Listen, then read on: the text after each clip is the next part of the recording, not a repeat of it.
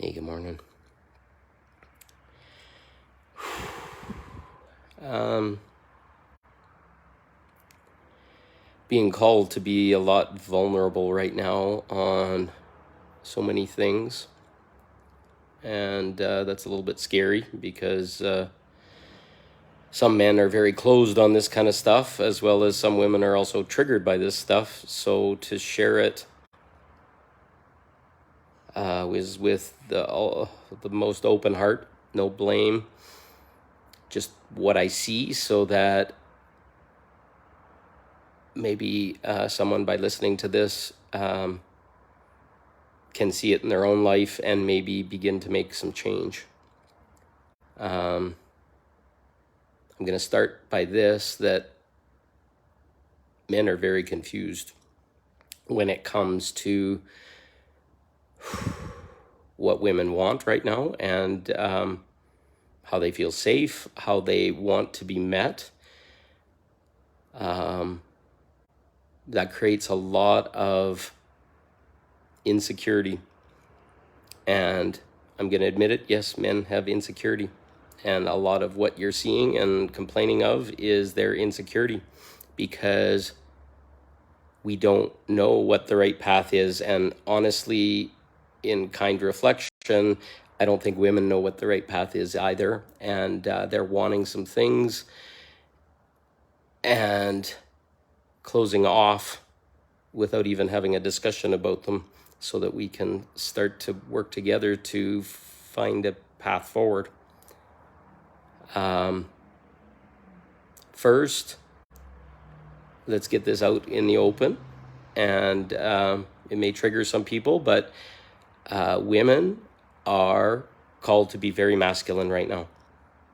They have survived divorces. They are having a career. They're being a mother. They're trying to keep a home together, keep the maintenance on their vehicle, keep all these traditionally masculine things upheld, resolved, been able to keep. So that's okay. And yes, if you don't have a man in your life right now, there's no one to take those roles other than yourself. But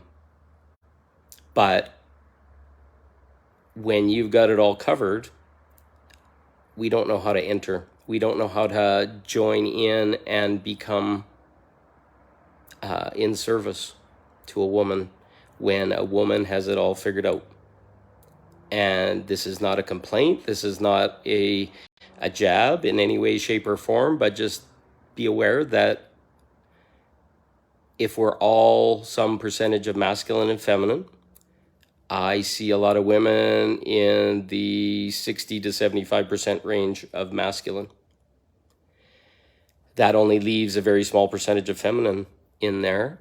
And yes, women are screaming to be met at that feminine level, but to relate, we enter at equal and opposite polarities a lot of times to be able to align. And men, to survive and to even connect with women, are often forced to be in that 75% feminine role. And I know this drives women nuts, and we're blamed for it all the time, but just be aware that what you're putting out, we're trying to match. Now, if we try and approach a woman that's at a 75% masculine level in the dating and relating side, they're going to get something that they're not happy with, or it ends up in what I would literally call a sword fight of two men's parts. And this may be frustrating, but I don't know how many times I've tried to meet those masculine roles with a woman, to approach with those masculine roles, and they get aggressive, or they get controlling. They like to talk down or shame or other things, so that they can start to feel safe in becoming their feminine, but still have the ability to go back to their masculine. And I'm going to tell you right now, a lot of men have been whipped and beaten by women that are more masculine than feminine. And dating, a lot of times, a lot of masculine is in there. So how do we approach? And there's no blame. This is an old inverted matrix that we're going through.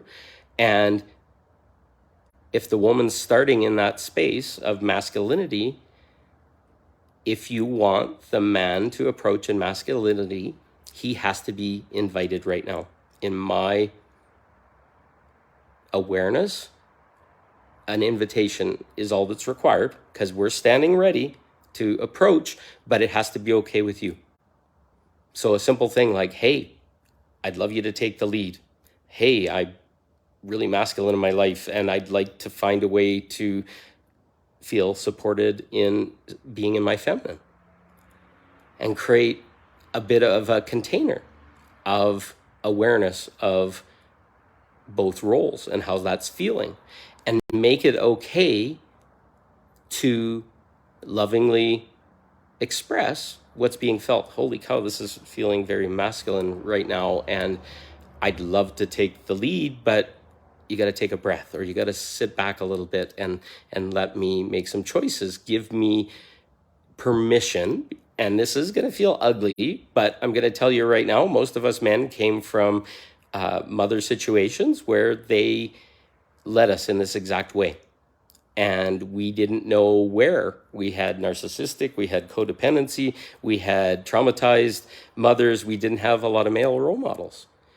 And we keep trying to step up, but we get kind of whacked down. I call it the pee-pee whack.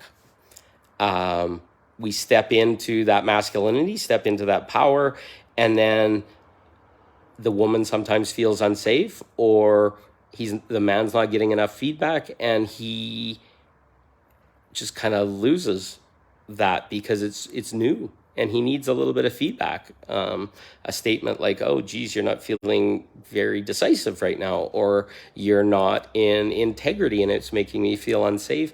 These are the things that are going to be beautiful in giving a handhold for a man that's not quite sure of how to approach yet. But rapidly, this is stuff that's in his genetics and in his genes, but his whole entire life has been bred out of him to keep him safe, to keep him like a sheep. He's the best buddy, man friend, etc. But he's wanting more. He's wanting to approach. He's wanting to step forward, but there's no mechanism, there's no means been stated that he can safely approach and do those things. So just think about that for a moment. He doesn't know how to be that man with you, and he's afraid. He's got to have courage, and this doesn't come automatically. That courage comes from someone he can trust. And if there's a woman that is willing to create this invitation to be supportive as this comes, you're going to be surprised, because this is going to show up very quickly and very comfortably for everyone. But if he's being judged and he's being tested at every single moment as he's trying to build that courage and build that confidence, he will hold back. And I think that's what a lot of women are seeing, is that holding back of not sure how to approach, and no support mechanisms in how to approach that way unless the woman is prepared to give feedback and to trust him enough, or to make a simple agreement. Let's try and see this through. I know we're changing roles and we want something better. Discuss what you want better. And the other thing that's really hard as a man is often we feel we're held accountable for your past wounds and pain from other men that have been in your life, father figures, husbands, lovers, boyfriends, whatever. And we're being tested to see if we're that person or not. And it's kind of done in the background, and it's done at arm's length, and we never really know where we stand. But we always feel that is there. Now, men have this too. I don't think we hold a grudge in the same way, but we're trying to protect our heart from getting hurt again, and we're looking for behaviors and control and instabilities that we're constantly trying to protect our heart from. And I know women do this too in their own way, but as we're opening our heart and we're getting more in self-love with ourselves, this heart is opening, and we have emotions, we have fears, we have doubts, we have insecurities, and I know women have them too, and they're expecting us as men to just be this rock that doesn't respond to anything. But as we become more and more heart-centered, we see it, we feel it, and our heart opens with it and it swells with it. And we're not just, I don't know, just, how to describe it? Just a dumping ground when the anger and the frustration and the fear shows up or whatever. We feel it. When it's directed to us, we'll contract, and we're scared, and we need some accountability on both sides. That's a masculine trait, and we'll be accountable if the woman can be accountable, and if the woman can come from her heart, and if the woman can like in my experience, a lot of times when a woman gets vulnerable or scared, she'll start to test and claw and be angry to see the response. So if they see if they can be deeper, but it's caused a lot of pain and suffering, at least for me. And I just need a woman to start to realize that I'm a human being too.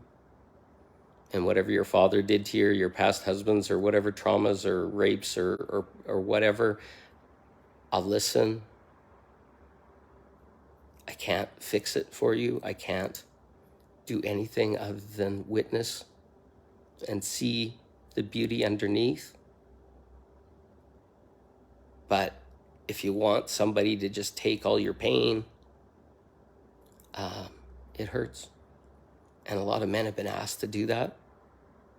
And I don't know that our heart can open to the way that a woman wants unless we can see each other in that pain and see our reaction and see our caring and our receiving and witnessing. But we can't take it away. We can't fix it. We can't whatever. We can just hold space for it. But we need accountability. We need to the awareness that we're human beings too.